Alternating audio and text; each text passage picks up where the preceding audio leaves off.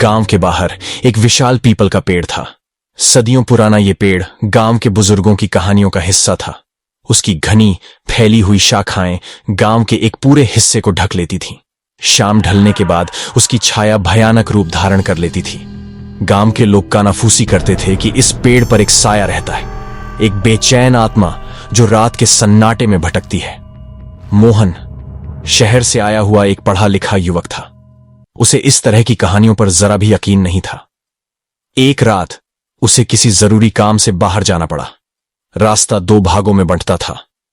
एक रास्ता लंबा जरूर था, लेकिन रोशनी से भरा हुआ था।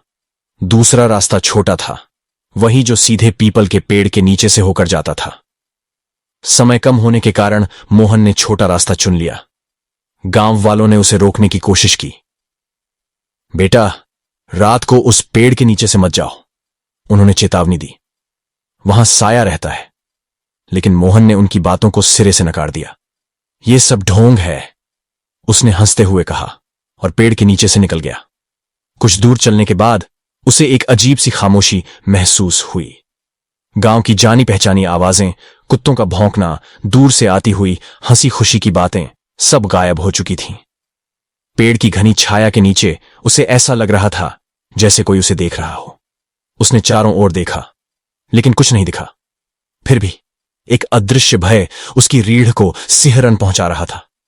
अचानक हवा में एक ठंडी लहर दौड़ी और उसे ऐसा लगा कि कोई उसके कान में फुसफुसा रहा है। आवाज बेहोश थी, परंतु स्पष्ट। वापस जाओ, वो सहम गया। उसने दौड़ना शुरू कर दिया, मानो कोई उसका पीछा कर रहा हो। ठोकर खाते हुए वह गांव की रोशनी की ओर भागा। जब वो घर पहुंचा तो पूरी तरह से हाँफ रहा था। उस रात वह सो नहीं सका। पेड़ के नीचे बिताए उन कुछ पलों का खौफ उसे सताता रहा। सुबह होते ही उसने गांव वालों से सुना कि रात को एक बूढ़ी महिला की अचानक मृत्यु हो गई। गांव में चर्चा थी कि साया उसे ले गया। उस दिन के बाद मोहन को गांव के बुजुर्गों की बातों पर पूरा भरोसा हो गया।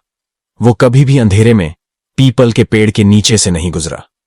पेड़ की रहस्यमयी छाया अब भी उसे डराती है, उसे याद दिलाती है उस भयानक रात की जब उसने साए का सामना किया था।